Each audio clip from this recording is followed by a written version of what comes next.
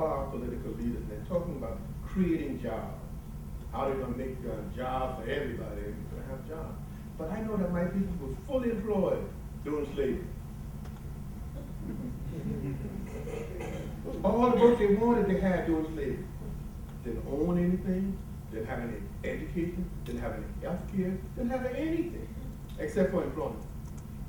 So anybody that's talking to me about employment today has to be talking about education, about health, about people being able to own land. I went to, and I'm really going to stop with this, but I went to a black man, or elderly black man during the 60s, because we were trying to save land. And wanted him to help us to make sure that we can save both land and his land. And he said, son, colored people don't own any land. Colored people keep land until the white man is ready for the land. And it didn't make much sense to me, and I thought I could change that. But Mr. Campbell, after the years went by, every piece of land that the white man wanted, where the auditoriums are today, where most of this colleges today, were all black land. The crosstown route across the Charleston was all black land. And they just went and took it. One of the best communities we had, and this brother was kind of young, was Wall Street. I mean, they had everything. They had, pharmacists and doctor's office and nightclubs and churches, and all. The only thing that's left in that area right now is churches. You got 2 churches, no people. All of them land alone. So those are the kinds of fight that's in me. That's part of my own bitterness, and I'll stop there.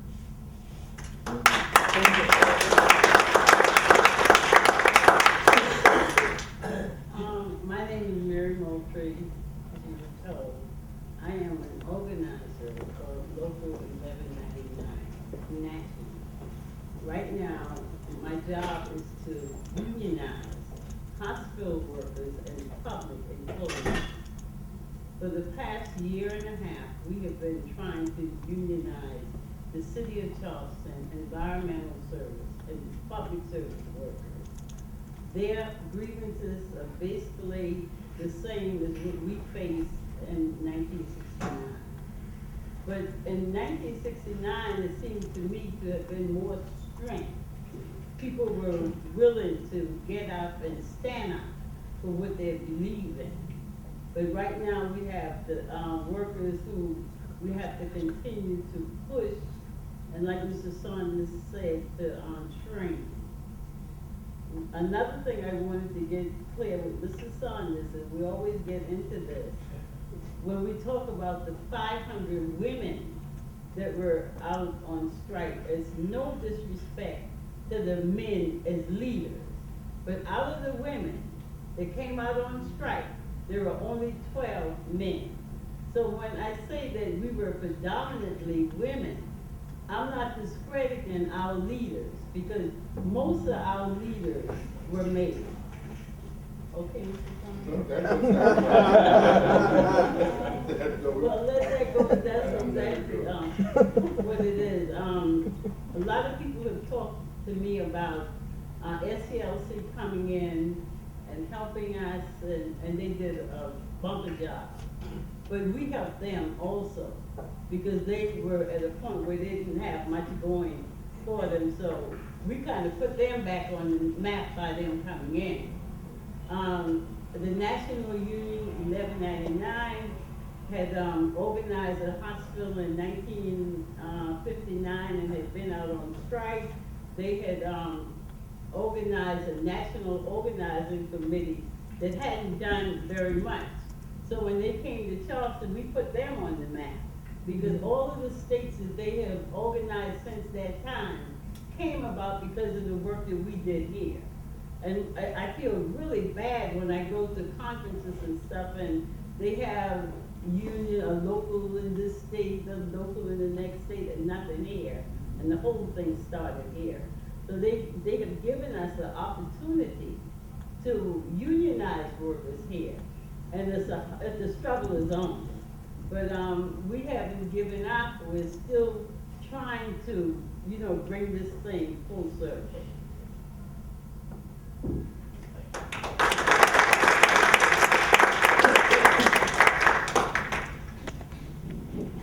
Good afternoon.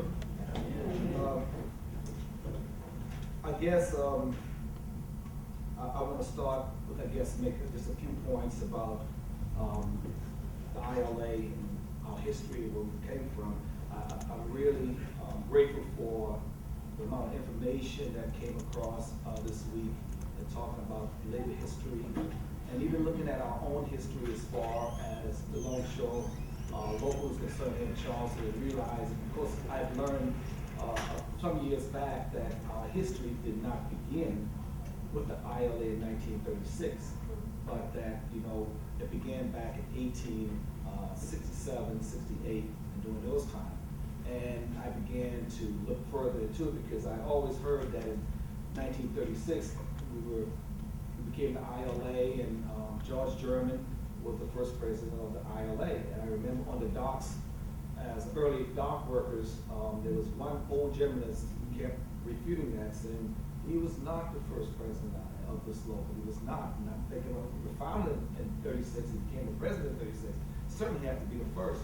But then later found out that there was a history that went way, way, way back beyond 1936. And there's these type of conferences that help to educate us, to give us perspective as to where we came from and where we are going. Because when I read about the Longshore Protected Union Association back during the Reconstruction era, and then I look at the role we are playing now, it's like it's come full circle.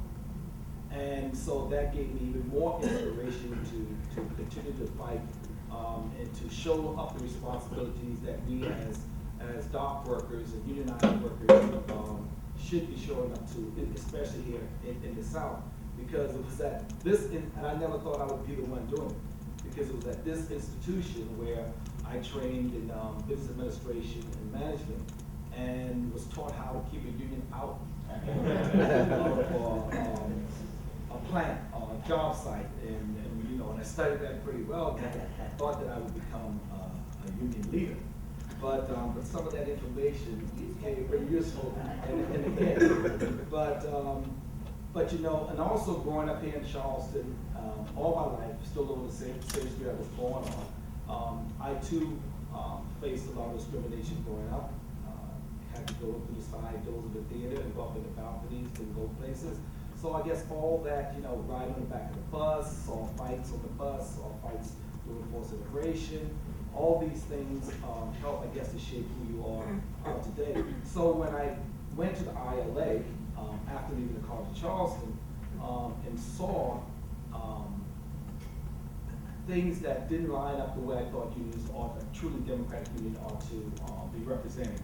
I saw masses of African American people, because I've also found that blacks were recruited to this business, were recruited to do the hard backbreaking work.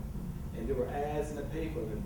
I saw one that was delivered to me, it's dated back in 1945, 47, where in a classified ad it was saying colored longshoremen wanted to apply at union pay facility.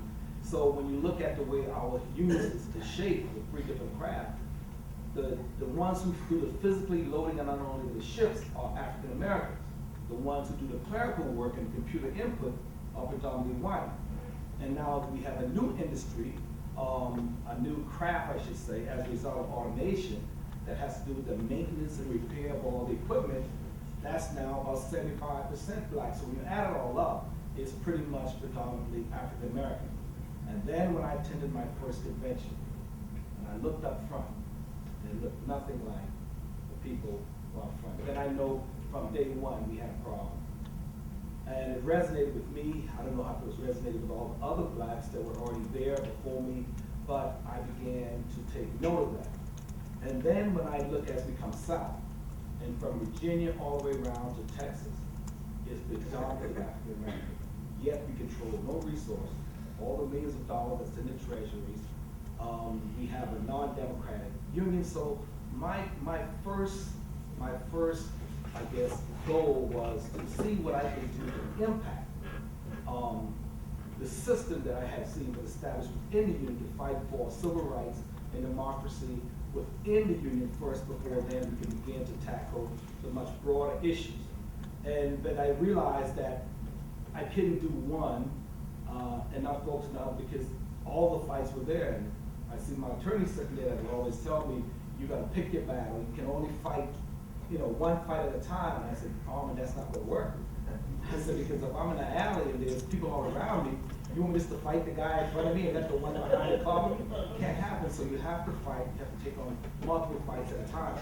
So we're still fighting that. So in 1999, we formed the Longshore Workers Coalition. I'm the co-founder and co-chair of that.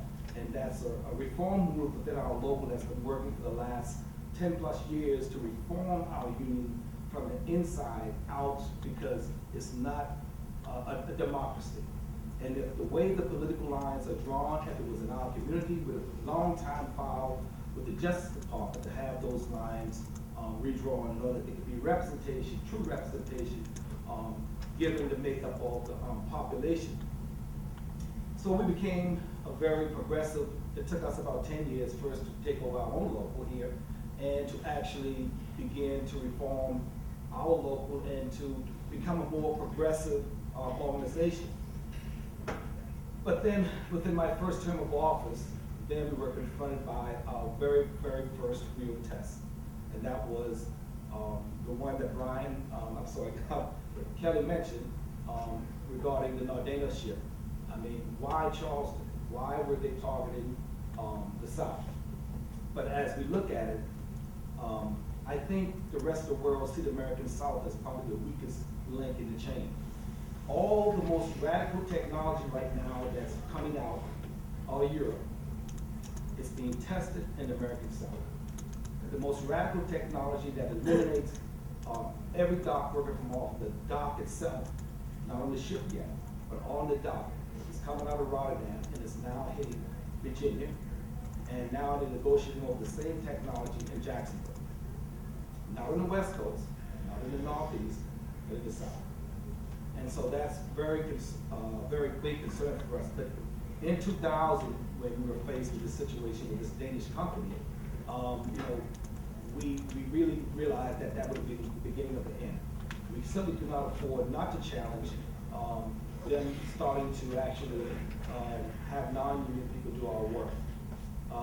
We had performed well. We still maintained the most productive and efficient port in the world. Bar none.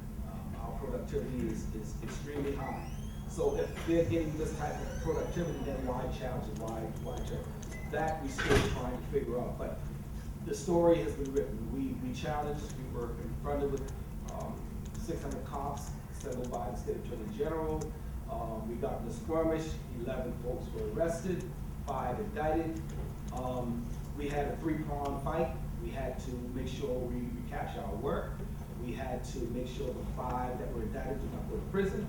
And we had to prevail against a $2.5 million lawsuit. And it's because of international solidarity that we, and a nationwide defense committee that was established. Fortunately, we were able to win on all accounts. And I guess we'll probably get more to that in the discussion. But the impact of globalization in the South and how our state is now becoming a third world alternative to all the multinationals that's looking to relocate within this country, but primarily within the southeast of the United States. And South Carolina right now is that third world alternative. Major corporations are coming here, and because this is considered anti-union stronghold, a Republican stronghold, the Democratic National Committee has little investment in the state of South Carolina. International unions have little investment in the state of South Carolina.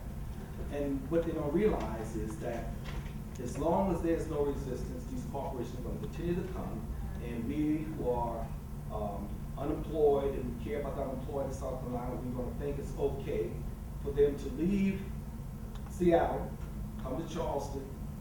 The greatest news, Boeing's going to be our savior, but when they're paying almost 26 to 27% less in wages and no benefits that they were doing up in the Pacific Northwest, that's a real problem.